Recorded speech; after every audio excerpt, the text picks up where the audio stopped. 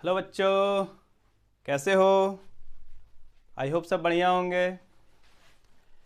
पिछले क्लास में हम लोग 4.1 कर लिए थे, ठीक है। तो बिना टाइम बर्बाद किए हुए हम लोग आज करेंगे 4.2 एनसीईआरटी एक्सरसाइज 4.2 क्वाड्रेटिक इक्वेशन कर रहे थे। और उम्मीद करता हूँ कि आप लोग जो 4.1 था उसका क्वेश्चन बनाए होंगे, ठीक है। तो चलिए आज हम लोग 4.2 शुरू करते हैं। इसमें टोटल 4 एक्सरसाइज है, ठीक है। उसके बाद हम लोग एग्जाम्पलर बुक करेंगे, उसमें जो इंपॉर्टेंट क्वेश्चन होगा, जो एग्जाम में आने लायक क्वेश्चन है वो मैं करवाऊंगा, क्योंकि उसमें बहुत ज़्यादा क्वेश्चन है। और उसके बाद PYQ करवाएंगे और ये चैप्टर कंप्लीट हो जाएगा। तो आज हम लोग 4.2 कंप्लीट करेंगे। तो 4.2 क्या बोलता है? Find the roots of the following quadratic equation by factorization. Factorization method से आपको क्वाड्रेटिक इक्वेशन का रूट फाइंड करना है। अब देखिए, रूट हो गया आपका, जीरोज हो गया आपका, सब बराबर ही होता है। कहीं कहीं जीरोज फाइंड करने के लिए बोला जाता है क्वेश्चन में। इसका मतलब क्या होता है कि एक्स का वैसा वैल्यू जिसे इक्वेशन में रखने पे पूरा का पूरा वैल्यू क्या हो जाए, जीरो हो जाए। तो रूट भी वही होता है। तो इसमें जो थोड़ा टफ लगता है वो मैं कर देता हूँ। देखिए, फर्स्ट और सेकंड क्वेश्चन तो आसान लग रहा है। चलिए एक सेकंड नंबर क्वेश्चन ले लेते हैं। तो ये है हम लोग का 1 का 2, ठीक है। क्वेश्चन नंबर 1 का क्वेश्चन नंबर 2, ठीक है। 1 में टोटल आपका क्वेश्चन है 5, उसमें से हम लोग सेकंड नंबर क्वेश्चन से शुरू कर रहे हैं। तो क्वेश्चन है हमारा 2x स्क्वायर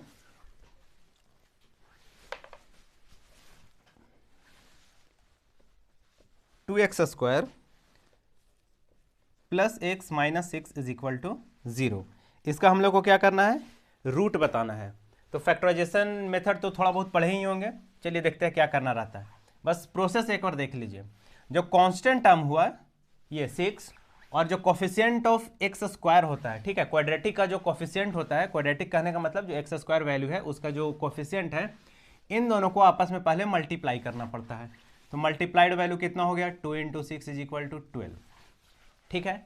अब क्या करेंगे, अब इसका हम लोग को फैक्टर निकालना पड़ेगा। तो चलिए फैक्टर निकाल लेते हैं। 6 हो गया, 2 3 हो गया, और ये 3 1 हो गया, ठीक है। तो हमारे पास कितना फैक्टर मिला, 2 × 2 × 3 is equal to 0, sorry 3 is equal to 12 हो गया, ये हुआ वैल्यू।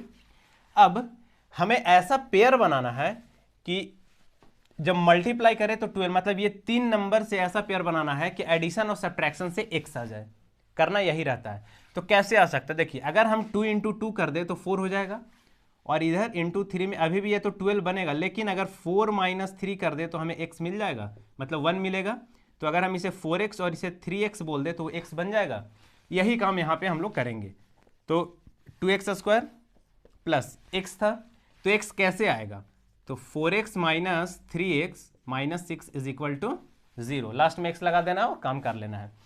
कहने का मतलब क्या हुआ कि जो कांस्टेंट टर्म और कोफिशिएंट ऑफ एक्स स्क्वायर का जो प्रोडक्ट होता है उसे फैक्टर निकालना पड़ता है उसका, और उसके बाद हमें डिसीजन लेना पड़ता है माइनस और प्लस से। माइनस प्लस से ये जो बीच वाले टर्म है ना, जो मिडिल टर्म है, वो आ जाना चाहिए उसका वैल्यू। तो 4x - 3x - 6 is equal to 0। अब ये दिख रहा है आपको, आ रहा है। एक बात और, बहुत इंपॉर्टेंट बात बता रहे हैं, ध्यान रखिएगा। एग्जाम में क्या होता है ना कभी कभी कि आप ये फैक्टर बना लेते हैं, ये आपको मिडिल टर्म को ब्रेक कर लीजिएगा, लेकिन फिर भी ये सॉल्व नहीं हो पाता है। उसके पीछे रीज़न क्या है ना, कि आपको एग्जाम में हमेशा ये ध्यान रखना है, ये कभी भी आप क्वेश्चन सॉल्व करते हैं तो आपको हमेशा ये बात ध्यान में रखना है कि हमेशा पेयर में आए। जैसे यहाँ पे क्या है कि 2 पॉजिटिव वैल्यू आया हुआ है और 2 नेगेटिव वैल्यू आया हुआ है। देखिए 2x² है, मतलब इसके आगे पॉजिटिव है, और 4x आया तो यहाँ पे पॉजिटिव है, तो ये सॉल्व हो जाएगा। 2 पॉजिटिव 2 नेगेटिव सॉल्व हो जाएगा। या पूरा का पूरा 4 का 4 टर्म आपका पॉजिटिव होना चाहिए, या 4 का 4 टर्म आपका नेगेटिव होना चाहिए, तभी सॉल्व हो पाएगा। कभी कभी क्या होता है ना कि ऐसा सिचुएशन बन जाता है, माइनस मतलब 3 पॉजिटिव होगा 1 नेगेटिव होगा, तो वहाँ पे क्वेश्चन बनेगा ही नहीं। आप जैसे ब्रेक करते हैं, ठीक है, 10th क्लास में, 11th क्लास, 12th क्लास में बच्चे लोग से बहुत ये होता है, ब्रेक कर लिया और उसके बाद फिर फॉर्मूला लगाया जा रहा है। एक और फॉर्मूला होता है जिसे हम लोग क्वाड्रेटिक फॉर्मूला बोलते हैं। तो उस केस में भी क्या होता है ना कि बच्चे लोग ऐसे ब्रेक कर लेते हैं और उसके बाद फिर कहते हैं सर आ ही नहीं रहा है वैल्यू, आ ही नहीं रहा है। तो आएगा ही नहीं कभी। वैल्यू तभी आपको मिलेगा जब ये पेयर में हो, दो पॉजिटिव साइन होना चाहिए, दो नेगेटिव, या तो 4 का 4 पॉजिटिव या फिर 4 का 4 नेगेटिव। अगर 3 पॉजिटिव और 1 नेगेटिव आ गया तो नहीं होगा, या फिर 3 नेगेटिव और 1 पॉजिटिव हो गया तो वो कभी भी ब्रेक नहीं हो पाएगा आपसे। ठीक है, आपसे क्या, किसी से नहीं होगा, वैल्यू इमेजिनरी वगैरह चला जाता है। ठीक है, बात समझ में? तो डायरेक्ट अप्रोच में वो नहीं होगा, उसके लिए फिर आपको क्वाड्रेटिक फॉर्मूला जो श्रीधराचार्य रूल है वो लगाना पड़ेगा। बात समझ में आ गया? ठीक है, चलिए, तो ये बात हमेशा याद रखिएगा कि हमेशा पेयर में आना चाहिए, या तो 2 पॉजिटिव 2 नेगेटिव, या फिर 4 का 4 पॉजिटिव या 4 का 4 नेगेटिव आना चाहिए, तभी आपका क्वेश्चन बन पाएगा। तो हम ब्रेक कर लिए, 2x square plus 4x minus 3x minus 6 is equal to 0। अब क्या करेंगे, यहां से 2x को कॉमन ले लेते हैं इन दोनों टर्म से। तो जब 2x को कॉमन लेंगे तो यहाँ पे क्या बचेगा, x, और यहाँ क्या बचेगा 2। यहाँ से माइनस बाहर करते हैं और 3 बाहर कर लेते हैं, तो यहाँ पे क्या बचेगा, x plus 2 is equal to 0 बचा। देखिए -3 बाहर किया तो यहाँ पे x, और यहाँ प्लस था तो माइनस बाहर जा चुका है तो वहाँ पे क्या आ गया प्लस, और यहाँ पे वैल्यू हो जाएगा 2। कभी भी ऐसे काम करें और अगर आपको लगे कि गलत है या सही है तो एक बार इसे मल्टीप्लाई करके साइड में चेक कर लीजिए। तो -3 इंटू एक्स, -3x, -3 प्लस 2 तो -6 ऊपर में, मतलब जो किए हैं वो सही है। अब देखिए, अब यहाँ पे 2 टर्म हमारा फिर से बना, इन दोनों टर्म में आपको दिख रहा होगा x प्लस 2 कॉमन है, तो वो x प्लस 2 को क्या कर लेंगे, बाहर निकाल लेंगे। ठीक है, अब यहाँ पे क्या बचा 2x, बीच में माइनस का साइन था तो माइनस, और क्या बचा 3 इज इक्वल टू 0। बात समझ में आ रहा है? ठीक है, अब देखिए यहाँ पे 2 टर्म बचा हम लोग का, x प्लस 2 और 2x minus 3 is equal to 0। बीच में प्रोडक्ट है, मतलब ये मल्टीप्लाई का साइन यहाँ पे होता है ना, ये मल्टीप्लाइड वैल्यू है, इज इक्वल टू 0। अब कभी भी 2 नंबर का मल्टीप्लीकेशन अगर 0 आ रहा है, इसका मतलब ये है कि या तो फर्स्ट नंबर 0 होगा, या तो सेकेंड नंबर 0 होगा, या फिर दोनों नंबर 0 होगा। ठीक है, क्योंकि आपको पता है ना, जैसे a into 0 is equal to 0 और 0 into b again is equal to 0। ठीक है, वैल्यू क्या मिलता है, 0 ही मिलता है।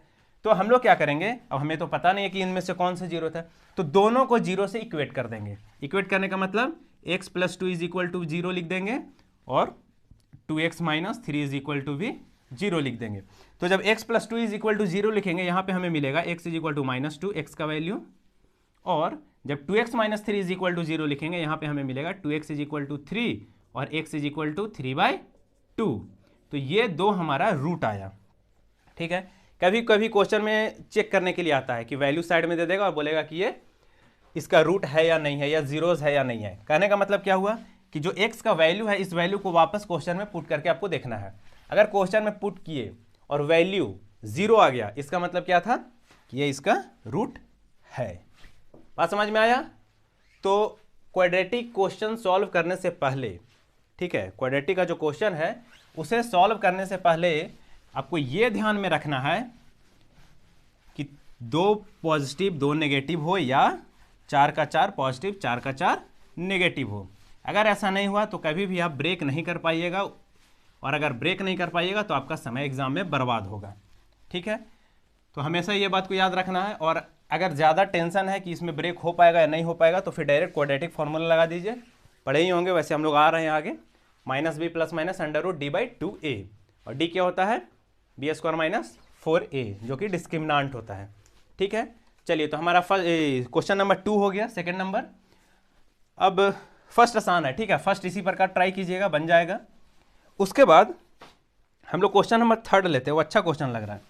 क्वेश्चन नंबर 3 क्वेश्चन नंबर है हमारा, √2x² plus 7x plus 5√2 is equal to 0। हाँ, √2x² plus 7x plus 5√2 is equal to 0, ये हमारा क्वेश्चन नंबर 2 है। इसमें भी सेम काम करना है, coefficient of x² and constant term को क्या कर देना है, मल्टीप्लाई कर देना है। तो देखिए 5√2 इंटू √2 करेंगे तो वैल्यू क्या मिलेगा, √2 इंटू √2 2, 5 इंटू 2 10, वैल्यू मिला। क्लियर है? देखिए √2 इंटू √2 किए तो ये वैल्यू 2 दे दिया, और 2 इंटू 5 किए तो वैल्यू हमें 10 मिल गया। बात समझ में आ रहा है? तो अब 10 को हमें ब्रेक करके 7x लाना है, तो कुछ नहीं, ये तो एक ही बार में ब्रेक हो जाएगा, ये 5 आ गया, तो 2 इंटू 5 इज इक्वल टू 10, और ये हम दिख रहा है कि 5 और 2 7 होता है, प्लस करने पे डायरेक्ट कर लेते हैं, इसमें कुछ नहीं करना है।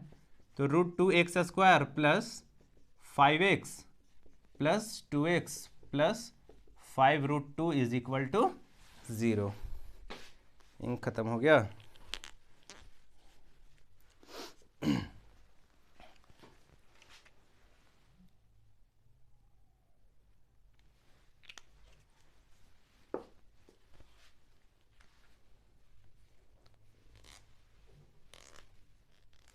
चलिए देखते हैं, ठीक है। तो ये समझ में आ गया 7x को कैसे ब्रेक किया 5x प्लस 2x में, क्योंकि इन दोनों का जो प्रोडक्ट आया था हमारा 10 आया था। क्लियर है।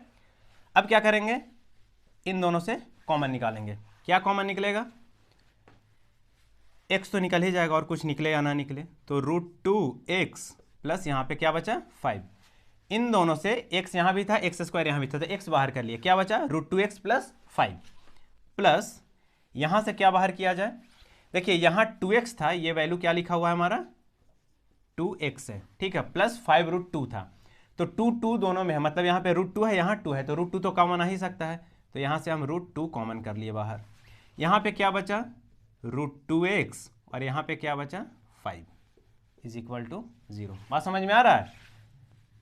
2x से √2 बाहर किए, तो यहाँ √2 बचा, क्योंकि √2 इंटू √2 2 होता है, तो बाहर कर लिए √2, तो यहाँ √2 बचा, और x बाहर किए नहीं थे, तो यहाँ पे x बचा, प्लस में यहाँ से √2 बाहर गया, तो 5 बचा इज इक्वल टू 0। अब देखिए फिर से ये टर्म और ये टर्म कॉमन आ गया, ये पूरा का पूरा एक वैल्यू है बीच में, क्योंकि सेपरेशन एडिशन और सब्ट्रैक्शन से होता है, तो यहाँ पे एडिशन है हमारा, ऐड किया हुआ है, तो ये दो पार्ट आ गया a और b। अब इन दोनों पार्ट में देख रहे हैं √2x प्लस 5 और √2x प्लस 5 कॉमन आ गया, तो अगेन √2x प्लस 5 बाहर निकाल सकते हैं, तो यहाँ पे क्या बचेगा हमारा, फर्स्ट वाले में x बचेगा,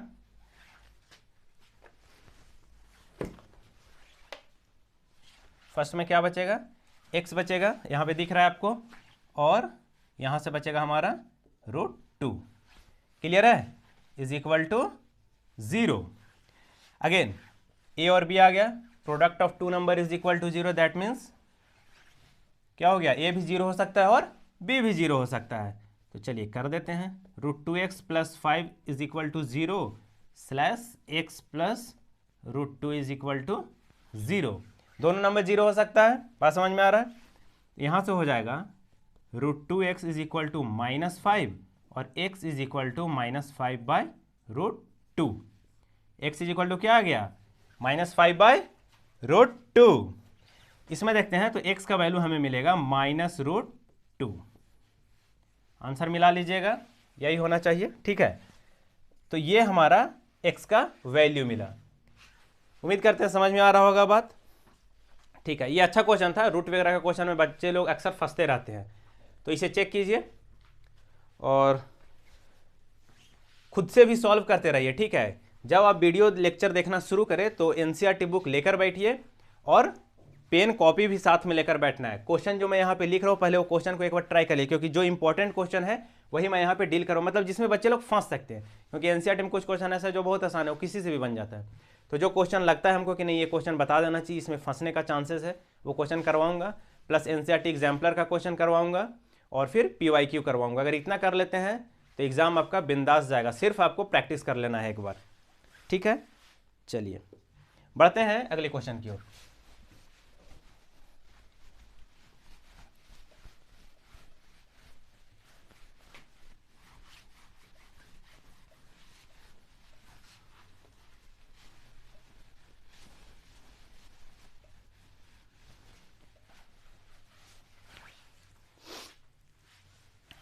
हमारा जो नेक्स्ट क्वेश्चन है वो क्वेश्चन नंबर 4 ले लेते हैं। क्वेश्चन है 2x² - x plus 1/8 is equal to 0। 2x² - x plus 1/8 is equal to 0, ठीक है। ये हमारा नेक्स्ट क्वेश्चन है। देखिए अब यहां भी वही काम करना है, कांस्टेंट टर्म और कोफिशिएंट ऑफ x² को मल्टीप्लाई करना है। लेकिन देखिए जैसे ही आप मल्टीप्लाई कीजिएगा तो क्या होगा, 2 × 1/8 आ जाएगा, तो ये वैल्यू कितना हो जाएगा 4। अब इस 1/4 को आपको ब्रेक करने में बहुत दिक्कत आएगा, तो हम क्या करते हैं कि 8 से पूरे इक्वेशन में मल्टीप्लाई कर देते हैं। ठीक है, अगर LHS और RHS दोनों तरफ वैल्यू, कहने का मतलब जो इक्वेशन होता है ना, बीच में ऐसे इक्वल टू का साइन लगा हुआ रहता है, तो राइट साइड और लेफ्ट साइड अब दोनों तरफ सेम नंबर से मल्टीप्लाई या डिवाइड कीजिएगा तो कोई फर्क इक्वेशन पे नहीं पड़ेगा। बात समझ में आ रहा है? तो हम लोग क्या करेंगे, 8 से पूरे इक्वेशन में डिवाइड कर देंगे, सॉरी मल्टीप्लाई कर देंगे। तो जब मल्टीप्लाई करेंगे, चलिए कर ही देते हैं, यहां भी 8 से मल्टीप्लाई कर दिए और यहां भी 8 से, दोनों तरफ कर दिए LHS RHS में, कोई दिक्कत नहीं। अब वैल्यू देखते हैं कितना आ रहा है, 16x² minus 8x plus 8 into 1/8 कितना हो जाएगा, 8 into 1/8 is equal to 0 into 8, 0 से किसी भी नंबर में मल्टीप्लाई करते हैं तो वैल्यू क्या मिलता है, 0 ही मिलता है, और ये 8 से 8 कैंसल आउट हो जाएगा, मतलब 1 बचा। तो ये क्या हो गया, 16x² minus 8x plus 1 is equal to 0। बात समझ में आ रहा है?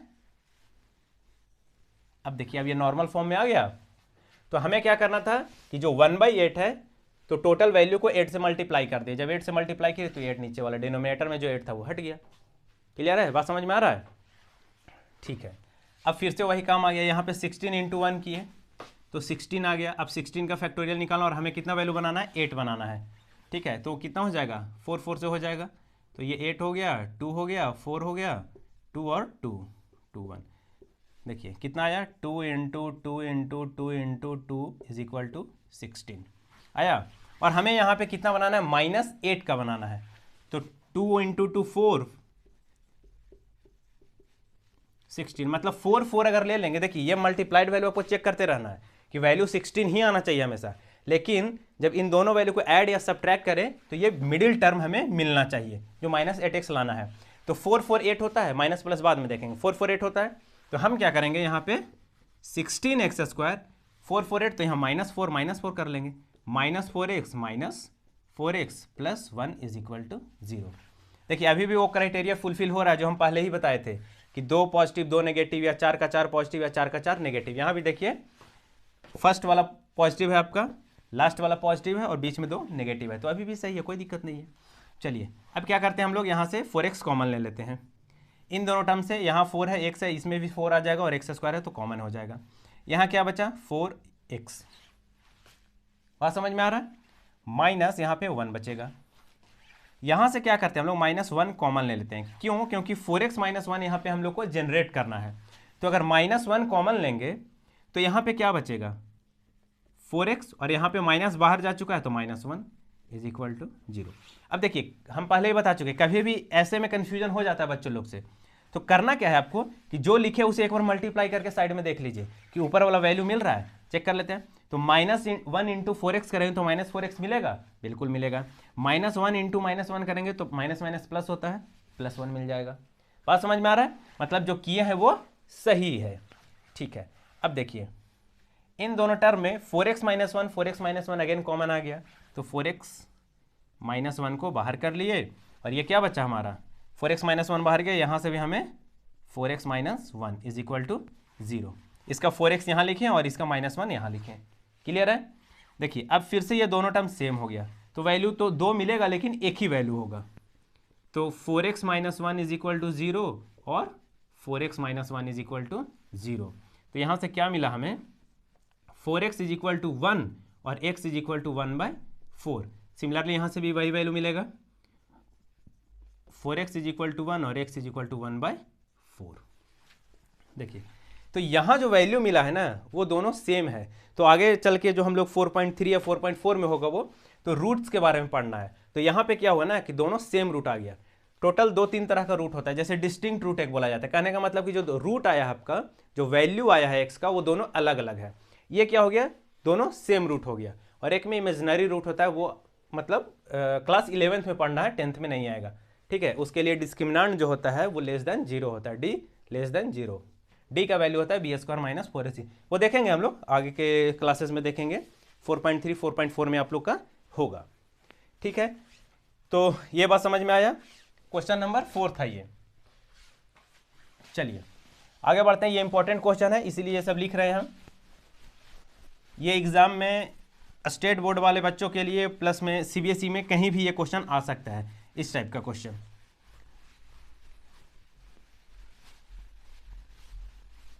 देखिए अगर कॉन्सेप्ट पता है, ठीक है, तो क्वेश्चन किसी भी तरीके से पूछे, कितना भी टफ पूछे, कोई फर्क नहीं पड़ता है। मतलब इस बात से है कि आपको कॉन्सेप्ट आता है या नहीं आता है। अगर कॉन्सेप्ट आएगा तो क्वेश्चन बनेगा, नहीं आएगा तो छोटा से छोटा क्वेश्चन में भी आपको फंसा लेगा वो, ठीक है। तो कॉन्सेप्ट पे फोकस कीजिए, क्वेश्चन ऑटोमेटिक बनना शुरू हो जाएगा। एक और लास्ट क्वेश्चन है 100x² - 20x + 1 = 0। वो आसान क्वेश्चन है। तो देखिए इसका बस हम ब्रेकिंग यहाँ पे लिख देते हैं। 100x² ट्राई कीजिएगा, नहीं होगा तो फिर ऐसे ब्रेक कर लीजिएगा। 1 है = 0, तो 100 × 1 100 हो गया। अब 100 को ब्रेक करना है, 20 लाना है, तो कैसे आएगा? 10 × 10 100 होता है, हो गया और क्या। x² - 10x - 10x + 1 कर दीजिए = 0 और उसके बाद सॉल्व कर लीजिएगा। तो ये आसान क्वेश्चन है, इसमें कुछ नहीं करना था, ठीक है। चलिए बढ़ते हैं अगले क्वेश्चन की ओर।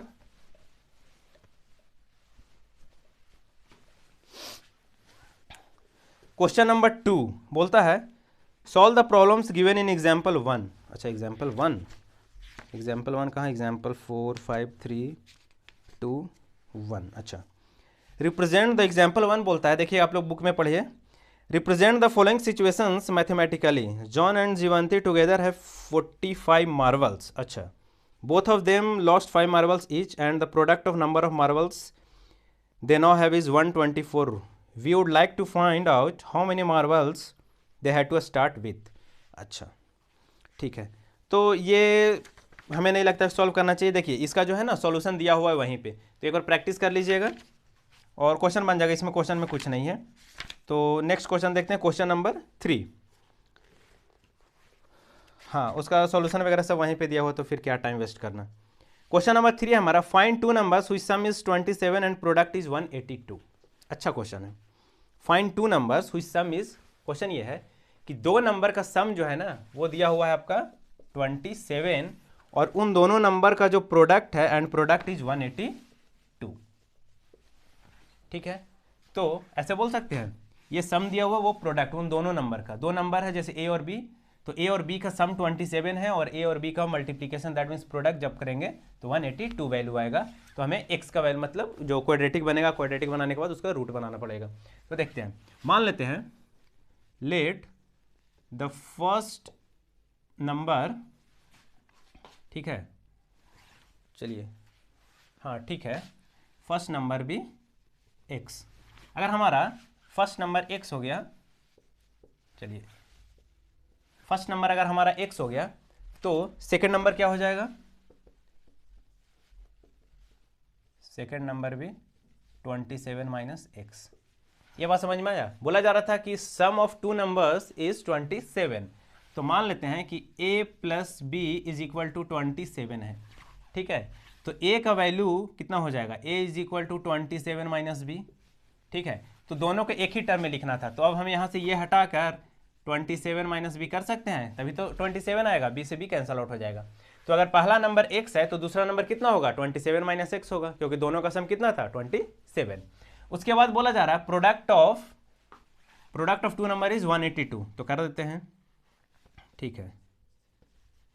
Product of number is equal to x × 27 - x is equal to 182। दोनों को मल्टीप्लाई करना था, ठीक है। 2 नंबर है उसका सम 27 है और जब दोनों को मल्टीप्लाई करते हैं तो वैल्यू मिलता है हमें 182। दोनों को मल्टीप्लाई कर दिए, पहला नंबर x था, दूसरा 27 - x था, दोनों को मल्टीप्लाई कर दिए, तो वैल्यू क्या मिलेगा? 27x - x² = 182। क्लियर है? थोड़ा सा इसे रीअरेंज कर लेते हैं, तो ये हो जाएगा -x² + 27x - 182 = 0। देखिए क्या किए, -x² था उसे पहले कर लिए, 27x को पॉजिटिव था पॉजिटिव ही रहने दिए जैसे था, बट पोजीशन चेंज कर दिए, क्योंकि हमेशा आपको याद रखना है फॉर्म जो रखना है वो higher order to lower order जाना है। कहने का मतलब जो पावर है ना, पावर जो मैक्सिमम है वो पहले आएगा, उसके बाद जैसे जैसे पावर डाउन होता चला जाएगा वो पीछे चला जाएगा। तो -x² + 27x, अब ये 182 राइट साइड में था इक्वल टू के, ठीक है, तो लेफ्ट साइड में आएगा तो माइनस हो जाएगा इक्वल टू 0। अब देखिए यहाँ पे फर्स्ट पोजीशन पे आपका जो क्वाड्रेटिक है वो माइनस में है, तो हम लोग क्या करेंगे, माइनस से पूरे इक्वेशन को मल्टीप्लाई कर देंगे। तो जैसे ही माइनस से मल्टीप्लाई करेंगे तो ये क्या हो जाएगा, x square minus minus plus minus plus minus 27x again minus minus plus 182 is equal to 0। बात समझ में आ रहा है? ठीक है, तो इक्वेशन तो हमारा बन गया, क्वाड्रेटिक इक्वेशन जो था हमारा वो बन गया। अब क्या करना है, इसे सॉल्व करना है। तो इतना नोट कर लीजिए, उसके बाद मैं इसे हटाता हूं। ठीक है, स्क्रीनशॉट ले लीजिएगा।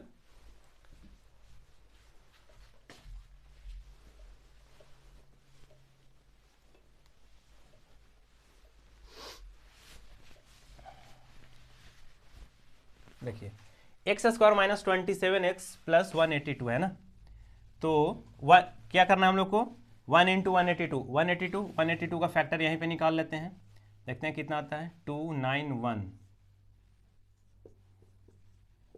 और कुछ आएगा? नहीं आएगा, तो 27 लाना है ना। हाँ, तो 7 इंटू 2 14 हो जाएगा प्लस 13 कितना हो जाएगा, 20 और 7 27 आ गया। चलिए, तो इस चीज़ को लिख सकते हैं, x square minus 27x plus 182 is equal to 0 था, तो इसे हम लोग लिख लेते हैं x square minus 14x minus 14 और 13 आया था ना, हाँ, तो माइनस 13, ये ऐड करने से 27 आएगा, लेकिन हमें नेगेटिव का जरूरत था तो यहाँ दोनों में नेगेटिव लगा देंगे। बात समझ में आया? वो चेक करने के लिए होता है कि 14 और 13 से 27 आ रहा है, अब उसमें जो यहाँ पे माइनस रहेगा तो माइनस लगा देंगे, अगर प्लस रहेगा तो प्लस कर देंगे। X square minus 14x minus 13 plus 182 is equal to 0। Check करते हैं कॉमन क्या क्या निकलता है, तो इन दोनों से कुछ नहीं निकलेगा, सिर्फ x निकलेगा, तो x माइनस 14 माइनस 13 यहाँ से बाहर गया, ये 13x होगा सॉरी, यहाँ से 13 बाहर आया, x माइनस अगेन यहाँ पे 14 आएगा इक्वल टू 0। 13 इंटू 14 182 होता है, ठीक है, 140 इंटू 10 सॉरी 14 इंटू 10 140 और 14 इंटू 3 42, तो कितना हो गया, 140 प्लस 42 182। क्लियर है? ये कैलकुलेशन आपको करना है, ठीक है, बस सुनते नहीं रहना है, बैठकर कैलकुलेशन कीजिए तभी सीख पाइएगा। तो x minus 14 is equal to 0 हो गया, x माइनस 14। अब देखिए जो काम पहले कर रहे थे वही काम यहाँ भी करना है, इन दोनों से x माइनस 14 अगेन कॉमन ले लिए, तो यहाँ पे क्या बचा, इस वाले पोजीशन पे x बचा और यहाँ पे माइनस 13 बचा, इज इक्वल टू 0। बात समझ में आ रहा है? अगेन अब क्या करेंगे, product of two number is equal to 0, that means कोई भी नंबर 0 हो सकता है, तो वही काम कर देना है, is equal to 0 slash x minus 13 is equal to 0। यहाँ से हमें वैल्यू मिला, x का वैल्यू मिला 14 और इस वाले पोजीशन से हमें x का वैल्यू मिला 13। क्लियर है? बात समझ में आ रहा है? ठीक है, तो हमें यहाँ से दो वैल्यू मिला, एक सेकेंड, हाँ ठीक है, दो वैल्यू मिला, x का एक 14 और 13 थोड़ा तबीयत खराब चल रहा है आजकल। चलिए ठीक है, समझ में आ गया, नोट कीजिए इसे। बढ़ते हैं अगले क्वेश्चन की ओर।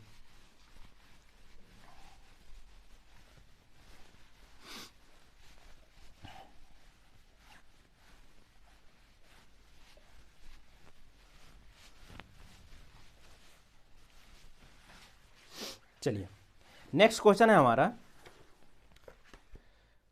Find two consecutive positive integers sum of which square is 365। चलिए देखिए, यह है एनसीईआरटी का क्वेश्चन नंबर 4, ये हम लोग 2 कर रहे हैं, ठीक है, क्वेश्चन नंबर 2 कर रहे हैं, सॉरी क्वेश्चन नंबर 2 इसमें कुछ नहीं है, डायरेक्ट क्वेश्चन नंबर 4 है। हाँ, find two consecutive positive integers sum of which squares is 365। पिछले क्लास में भी ये कॉन्सेक्यूटिव पॉजिटिव इंटीजर पे इक्वेशन बनाने के लिए सिखाए थे आप लोग को, ठीक है, तो कर लेते हैं। तो जो ठीक है, पूरा स्टेटमेंट नहीं लिखते हैं, फर्स्ट कॉन्सेक्यूटिव पॉजिटिव इंटीजर जो है वो x है मान लिए, तो सेकंड क्या हो, कॉन्सेक्यूटिव मतलब क्या होता है, लगातार होता है, ठीक है, तो सेकंड क्या हो जाएगा हमारा, x प्लस 1 हो जाएगा। बात समझ में आ रहा है? तो यहां पे क्या बोलता है, find two consecutive positive integers sum of which squares is 365। देखिए दो कॉन्सेक्यूटिव पॉजिटिव इंटीजर तो ले लिया, अब बोला है कि इसका स्क्वायर का जो सम है ना वो है 365, तो फर्स्ट का स्क्वायर कर दिए, प्लस एक्स प्लस 1 सेकेंड हमारा कॉन्जिक्यूटिव पॉजिटिव इंटीजर था, इसका स्क्वायर कर दिए, और ये बोलता है कि ये जो वैल्यू है वो 365 के बराबर है, 365। चलिए देखते हैं सॉल्व करके और x का क्या वैल्यू निकलता है। तो ये क्या हो जाएगा हमारा, X square plus A plus B का होल स्क्वायर आया, उसे ब्रेक कर लेंगे, फॉर्मूला क्या होता है, X square plus A square plus B square plus 2ab, ये सब याद रखना है। तो x square plus 1 plus 2x is equal to 365, यही होगा। एक्स स्क्वायर प्लस 1 का स्क्वायर 1 और 2 into X, 2x is equal to 365। Clear है। X square plus X square 2x square plus ये पहले लिख लेते हैं 2x plus 1 is equal to 365। आगे क्या होगा, 2x square plus 2x plus 1 minus 365 is equal to 0। 365 को लेफ्ट साइड लेकर आ गए तो माइनस में आ गया। अब यहाँ पे आप देख रहे होंगे कि 1 और 365, 1 प्लस में है, 365 माइनस में है, तो वैल्यू कितना बचेगा, माइनस 364। तो ये हो जाएगा हमारा 2x square plus 2x minus 364 is equal to 0। Clear, बात समझ में आ रहा है। अगेन देखिए, अब 2 और 2 इसमें भी कॉमन मिलेगा, तो क्यों ना 2 को हटा देते हैं। अब 2 को हटाने के लिए क्या करना पड़ेगा, 2 से डिवाइड कर देते हैं। ठीक है, अगर किसी को ऐड करना है, आपको 2 वहाँ पे लाना रहता है, 2 से मल्टीप्लाई कर देते हैं, और अगर वहाँ से हटाना है तो डिवाइड कर देंगे, बात खत्म हो गया, सिंपल सा बात है। तो बस इसी पे आपको फोकस करना है कि काम को कैसे करते हैं। ठीक है, बाकी मैथ्स कुछ नहीं है, मैथ्स से आसान कोई सब्जेक्ट नहीं होता है। लेकिन पता नहीं बच्चे लोग को क्यों डर लगता है कि सर मैथ्स बहुत टफ है। मैथ्स का अगर कॉन्सेप्ट समझ में आ गया ना, कॉन्सेप्ट समझ में आ गया, बेसिक क्लियर है, प्रोसेस पता है, काम कैसे करते हैं, तो मैथ्स बनाने में जितना मजा आता है ना, किसी सब्जेक्ट में नहीं आएगा आपको। ठीक है, तो अब क्या करेंगे हम लोग, 2 से डिवाइड कर देते हैं। तो जैसे ही 2 से डिवाइड करेंगे तो यहाँ से 2 हट जाएगा, यहाँ पे क्या बचेगा हमारा एक्स स्क्वायर बचा, यहाँ से x बचेगा, और यहाँ 364 को जब 2 से डिवाइड करेंगे, ठीक है, तो कितना बचेगा 182 इज इक्वल टू 0। खुद से करके देखिए। ठीक है, कुछ ऐसा है जो हम डायरेक्ट कर देंगे, लेकिन प्रैक्टिस आपको करना है, एग्जाम में आपको बैठना है। तो आप कॉपी पे ये करते रहिए, जैसे 362 को 2 से डिवाइड किए, ये सब कैसे कर रहे हैं, बोल हम सब कुछ रहे हैं। ठीक है, लेकिन अब उतना करेंगे तो बहुत ज़्यादा समय लग जाएगा, तो प्रैक्टिस आपको करना है, आप खुद से करते चले जाइए इस चीज़ को। तो x square plus x minus 182 is equal to 0। Clear है, ये वैल्यू आया हमारा। अब इसे फैक्टराइज करना है। ठीक है, अभी काम शुरू हो रहा है हम लोग को। तो x square plus x minus 182 is equal to 0। अब क्या करना है, 182 को फैक्टराइज करेंगे, क्योंकि 1 है तो 1 इंटू 182, तो चेक कर लिया जाए यहाँ पे। चलिए यहाँ पे करके देखते हैं क्या वैल्यू मिलता है। 2 से लगाते हैं 9192, ठीक है, और ये कितना से होगा, 7 से ये हो जाएगा 13 1। हाँ हो गया, देखिए 2 इंटू 7 14 और 13, वहाँ हमें कितना जनरेट करना है, x जनरेट करना था, तो 14 माइनस 13 अगर कर देंगे तो x आ जाएगा, मतलब 1 आ जाएगा। चलिए हो गया, x square plus 14x minus 13x minus 182 is equal to 0। ठीक है, देखिए अभी भी 2 माइनस 2 प्लस है, ये हमेशा मिलेगा आपको। तो अब हमारा काम हो गया, यहाँ से x कॉमन ले लीजिए, x प्लस 14 और यहाँ से माइनस, ये क्वेश्चन से पीछे भी किए थे हम लोग, सेम ही ऐसा वैल्यू आया था, x प्लस 14 और ये हो जाएगा माइनस कितना ले लें, 13 कॉमन ले लेते हैं, तो x प्लस 14 अगेन मिलेगा, हाँ, इज इक्वल टू 0। शायद इसके पीछे वाले क्वेश्चन में भी यही वैल्यू आया था, ऐसा लग रहा है हमको। तो ये हो गया हमारा x प्लस 14 और यहाँ पे मिलेगा x minus 13 is equal to 0। x का 2 वैल्यू आया, 14 माइनस 14 और x इज इक्वल टू 13। बात समझ में आ रहा है, x is equal to minus 14, x plus 14 is equal to 0 किए, तो x का वैल्यू क्या हो जाएगा, माइनस 14, और x minus 13 is equal to 0 हुआ, तो x का वैल्यू मिलेगा हमें 13। क्लियर है, ठीक है, इसे नोट कीजिए। उसके बाद बढ़ते हैं हम लोग अगले क्वेश्चन की ओर। 2 क्वेश्चन और है हमारे पास इस एक्सरसाइज में, क्वेश्चन नंबर 5 और क्वेश्चन नंबर 6। कोशिश कर रहे हैं कि एक वीडियो लेक्चर में एक एक्सरसाइज करवा दें, ताकि सिलेबस थोड़ा जल्दी कंप्लीट हो, क्वेश्चन जल्दी कंप्लीट हो, क्योंकि क्वेश्चन बहुत करवाना है और प्रैक्टिस चाहिए। जब तक क्वेश्चन कंप्लीट नहीं होगा आप लोग प्रैक्टिस कैसे कीजिएगा? इसीलिए सोच रहे हैं कि थोड़ा वीडियो लेक्चर लंबा जाएगा, कोई दिक्कत नहीं है। चलिए, हो गया, नोट कर लिए?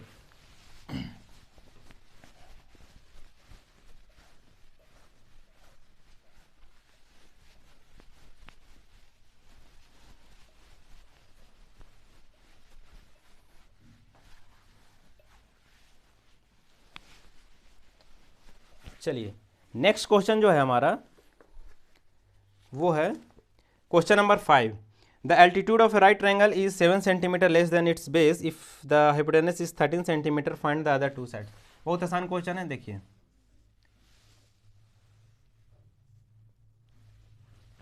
ये एक राइट एंगल ट्रायंगल है, let us suppose this is ABC. Question क्या बोलता है?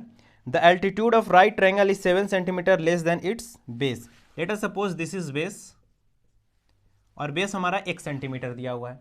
तो एल्टीट्यूड किसे बोलते हैं? हाइट को बोलते हैं। वो कितना है? x माइनस 7 है। 7 सेंटीमीटर लेस देन बेस लिखा हुआ है एंड हाइपोटेनस इज 13 सेंटीमीटर, ये 13 दिया हुआ है। तो हम लोग को क्या करना है?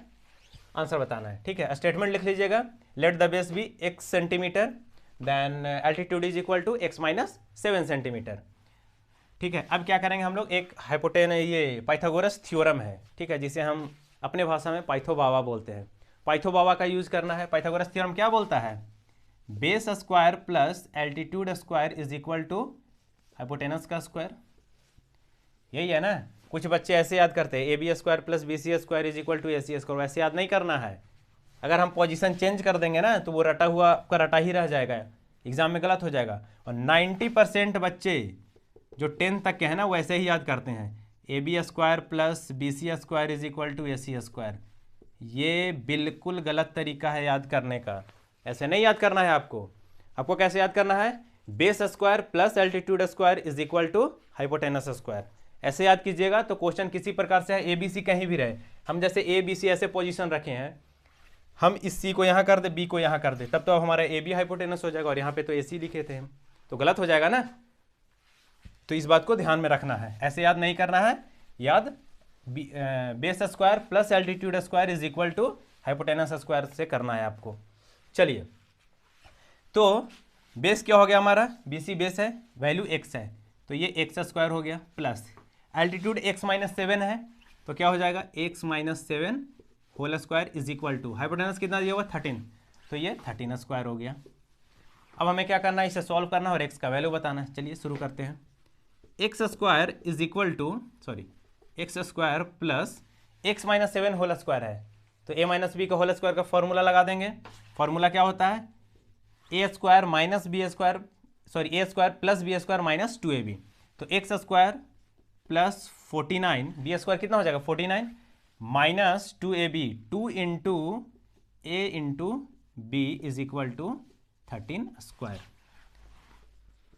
X square plus 49 minus 7 into 2, again 14x is equal to 169। 13 का स्क्वायर कितना होता है? 169। ये आप लोग 10th में है ना? हाँ, ये 10th के लिए बना रहे हैं। तो क्लास 10 तक के बच्चों को एटलीस्ट 20 तक का पावर याद होना चाहिए। इससे आपको क्या है ना, टाइम बचेगा आपका, ठीक है। अगर आप क्लास 10 तक हैं तो एटलीस्ट 20 तक का पावर वैल्यू आपको याद होना चाहिए। जैसे यहाँ पे 13 आया, तो 13 का स्क्वायर कितना होता है? 169 होता है। तो ये मल्टीप्लाई करने का आपको जरूरत नहीं है अगर याद रहेगा तो, ठीक है। तो चलिए, वैल्यू कितना हो गया? X square plus X square 2x square और माइनस इसे 14x कर लेते हैं, प्लस चलिए एक स्टेप और बढ़ ही जाते हैं, 49 माइनस 169 इज इक्वल टू 0। ये बात समझ में आया? 169 राइट साइड में था, उसे लेफ्ट साइड में लाएं तो माइनस में आ गया, और ये 49 प्लस में था। तो अब हमारा जो वैल्यू बचा 2x square minus 14x, 49 minus 169 कितना हो जाएगा? माइनस 9 माइनस 9 0, 6 4 2 1 120 आएगा इज इक्वल टू 0। ये 120 है। 169 माइनस 49, बिल्कुल 9 9 0 हो गया, 6 4 2 हो गया, 1 1 हो गया, 120 बचेगा। अब देखिए ये वैल्यू फिर से 2 से डिविजिबल है, ये भी 2 से डिवाइड हो जाएगा, ये भी 2 से डिवाइड हो जाएगा और ये भी 2 से डिवाइड हो जाएगा। तो क्वेश्चन को थोड़ा और सिंप्लीफाई कर लेते हैं। तो हम क्या करते हैं, 2 से पूरी इक्वेशन को डिवाइड कर देते हैं। तो x square minus 7x minus 60 is equal to 0। बात समझ में आ रहा है? चलिए अब देखते हैं कि 60 को कैसे 7 बनाया जाए। तो 60 क्या हो जाएगा, 12 इंटू 5 60 होता है ना, हाँ 12×5 60 बिल्कुल। तो फैक्टराइजेशन मेथड जो बताया उससे आपको चेक करना है, लेकिन हम यहाँ पे डायरेक्ट कर दे रहे हैं। तो हमें क्या करेंगे, हमें 12 और 5 के कॉम्बिनेशन से 7 बनाना है। तो 12 माइनस 5 कितना होता है, 7 होता है।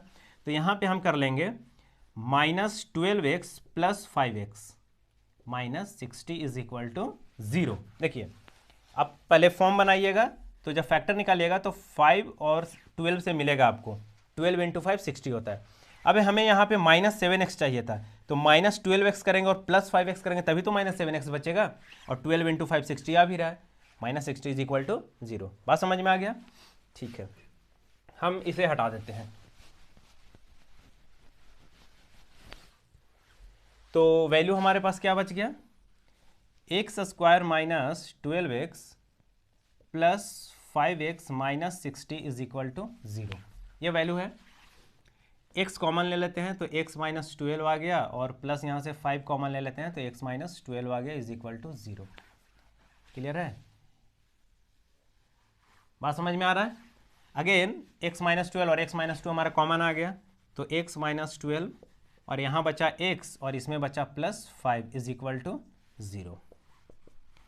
तो अब क्या करेंगे, प्रोडक्ट ऑफ टू नंबर 0 आ गया, तो x minus 12 is equal to 0 और x plus 5 is equal to 0। यहाँ से हमें वैल्यू मिलेगा x इज इक्वल टू 12 और यहाँ से वैल्यू मिलेगा हमें x is equal to minus 5।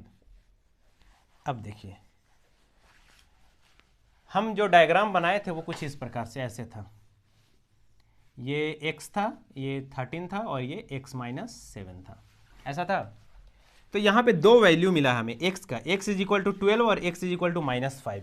तो इन दोनों में से कौन सा आंसर सही है x का?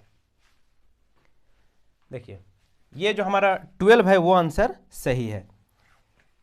क्यों सही है, इसके पीछे का लॉजिक ये है कि x अगर माइनस 5 रखते हैं, ऐसे समझिए, तो ये माइनस 5 हो जाएगा और ये माइनस 5 माइनस 7 माइनस 12 हो जाएगा। अब आप खुद सोच कर देखिए, क्या डिस्टेंस कभी नेगेटिव होता है? नहीं होता है। कभी सुने हैं कि अगर आप मॉर्निंग वॉक पे निकले हैं या कहीं भी गए हैं तो आज माइनस 5 किलोमीटर हम चले हैं, डिस्टेंस कभी भी नेगेटिव नहीं होता है। और यहाँ पे हमें दो वैल्यू मिला, एक 12 मिला और एक 5 मिला, माइनस 5 मिला। इसका मतलब ये हुआ कि ये हमारा आंसर नहीं होगा, ये आपको एग्जाम में कट करना है। तो हमारा आंसर क्या होगा, x इज इक्वल टू 12। तो जब x इज इक्वल टू 12 लिखेंगे, ये 12 हो गया तो ऊपर वाला कितना हो जाएगा, 12 माइनस 7 इज इक्वल टू 5।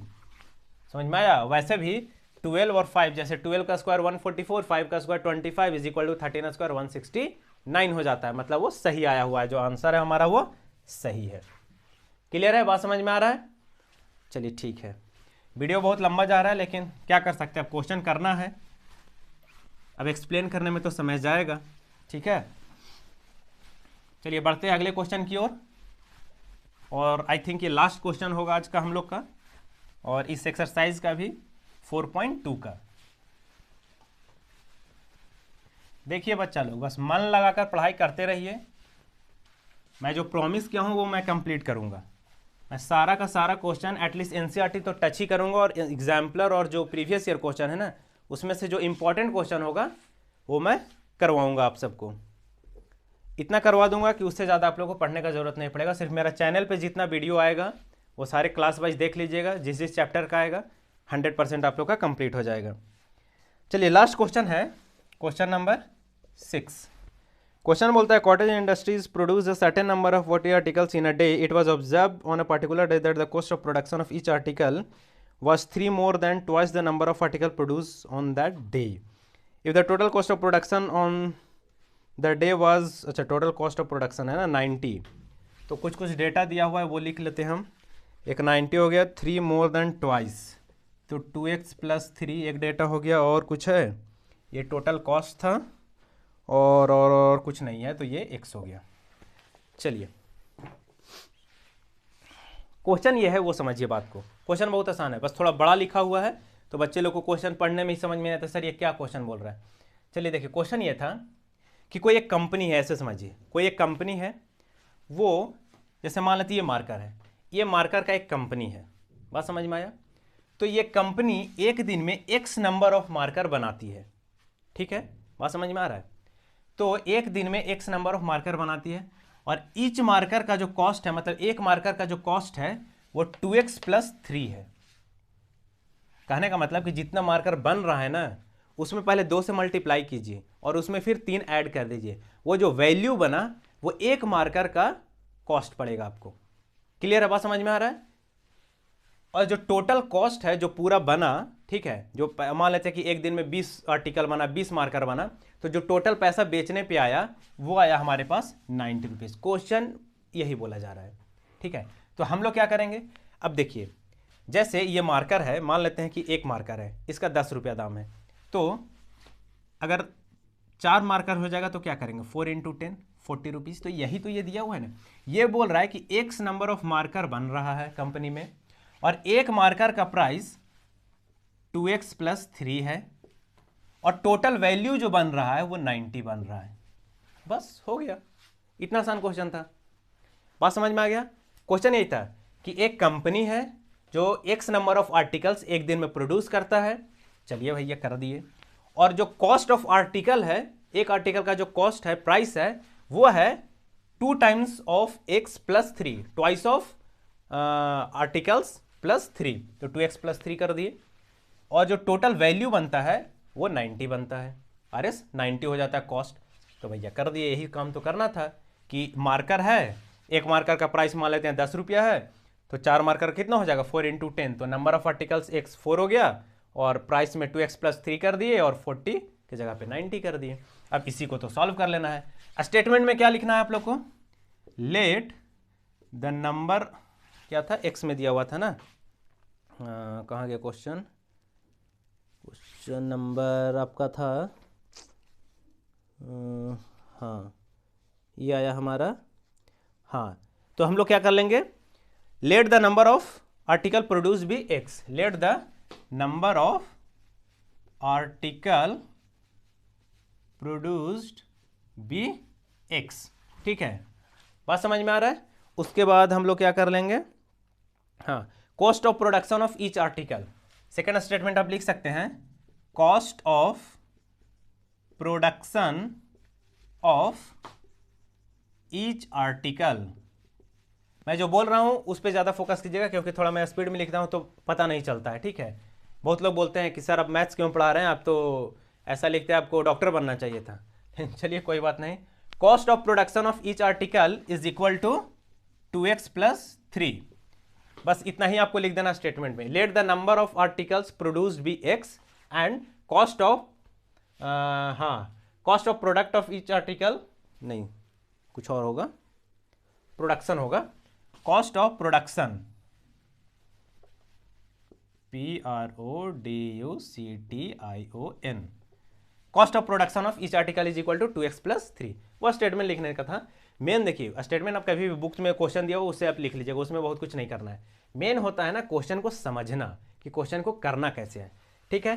तो हम लोग का क्या आ गया, x × 2x + 3 is equal to 90। अब इसी चीज़ को सॉल्व कर लेना है, तो क्या हो जाएगा, x × 2x, 2x² + 3x is equal to 90, बात समझ में आ रहा है। चलिए ठीक है, 2x² + 3x is equal to 90।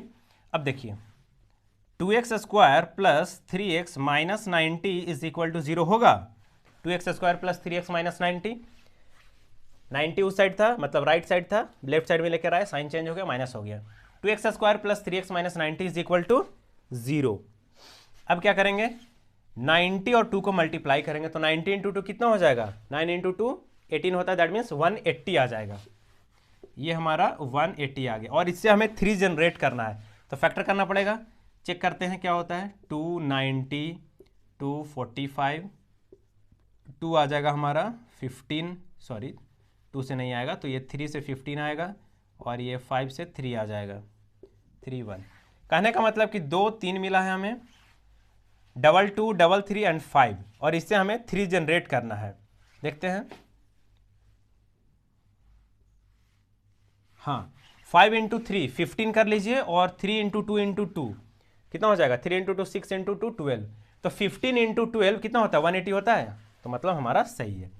तो 2x square plus 15x minus 12x minus 90 is equal to 0 होगा, बिल्कुल होगा।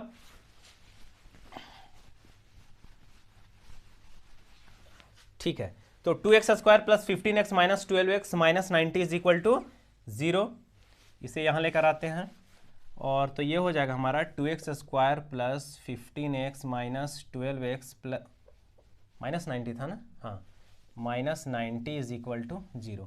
ध्यान से देखिएगा, इन दोनों से क्या कॉमन निकलेगा, x तो कॉमन निकल ही जाएगा। जब x कॉमन निकला तो वैल्यू बचा 2x प्लस 15, यहाँ से हम लोग 6 कॉमन निकाल लेते हैं। 6 जब कॉमन निकलेगा तो यहाँ बचेगा 2x और प्लस 15, माइनस 6 बाहर किए 2x प्लस 15। कभी भी बार बार हम ये बात बोल रहे हैं, यहाँ पे बच्चे लोग को कॉमन निकालने में कन्फ्यूजन होता है। कभी भी कन्फ्यूजन हो, जो आप निकालें, अगर लग रहा है कि मेरा सही है या गलत है, तो वापस एक बार इसे मल्टीप्लाई करके चेक कर लीजिए। अगर वैल्यू ऊपर वाला मिल रहा है मतलब जो आपने किया था वो सही है, अदरवाइज वो गलत है। ठीक है, तो माइनस 12x माइनस 90, ठीक है। तो अब क्या करें, देखिए ये दोनों से 2x प्लस 15 कॉमन मिला, बिल्कुल, तो 2x प्लस 15 लिखेंगे यहाँ पे, और x minus 6 is equal to 0। फिर से आ गया वही a into B is equal to 0, that means दोनों में से कोई भी 0 हो सकता है। तो क्या करेंगे, 2x plus 15 is equal to 0 और x minus 6 is equal to 0। अब यहां से दो वैल्यू हमको मिलेगा, 2x is equal to minus 15, तो x is equal to minus 15/2, एक वैल्यू ये मिला। 2x plus 15 is equal to 0 आया हुआ है, तो 2x plus 15 is equal to 0, that means 2x is equal to minus 15 और x is equal to minus 15/2, और यहां से एक वैल्यू मिल रहा है हमको x इज इक्वल टू 6। अब आप बताइए दोनों में से कौन सा आंसर सही है। हम दोनों में अभी टिक किए हैं, दोनों में से कौन सा आंसर सही है, या दोनों सही है? क्या दोनों सही है? नहीं, बिल्कुल नहीं, दोनों सही नहीं हो सकता। क्यों? क्योंकि x हमारा क्या था, x हम यहां पे लिखे थे, let number of article produced be x, मतलब कोई सामान जो प्रोड्यूस हो रहा है, फैक्ट्री में बन रहा है, कंपनी में बन रहा है, वो x है। तो क्या x कभी नेगेटिव हो सकता है? ऐसा सुना है कि ये मार्कर मतलब -2 मार्कर आज बना है कंपनी में? ऐसा कुछ नहीं होता है। या तो 0 बनेगा, प्रोडक्शन क्या है, प्रोडक्शन या तो 0 होगा या तो 1 2 3 4 होगा, पॉजिटिव वैल्यू होगा, नेगेटिव तो हो नहीं सकता है। तो x is equal to minus 15 by जो 2 आंसर है वो हमारा क्या हो जाएगा, गलत हो जाएगा। वो आंसर में नहीं लिखना है, उसे कैंसल आउट कर देना है, और जो हमारा आंसर होगा x इज इक्वल टू 6, ये है हमारा फाइनल आंसर। ठीक है, उम्मीद करते हैं समझ में आ रहा होगा। समझ में आ रहा है तो दोस्तों को भी थोड़ा बताइए, ठीक है, और हंसते रहिए, मुस्कुराते रहिए। मिलते हैं अगले क्लास में, और पढ़ाई करते रहिए। चलिए, धन्यवाद।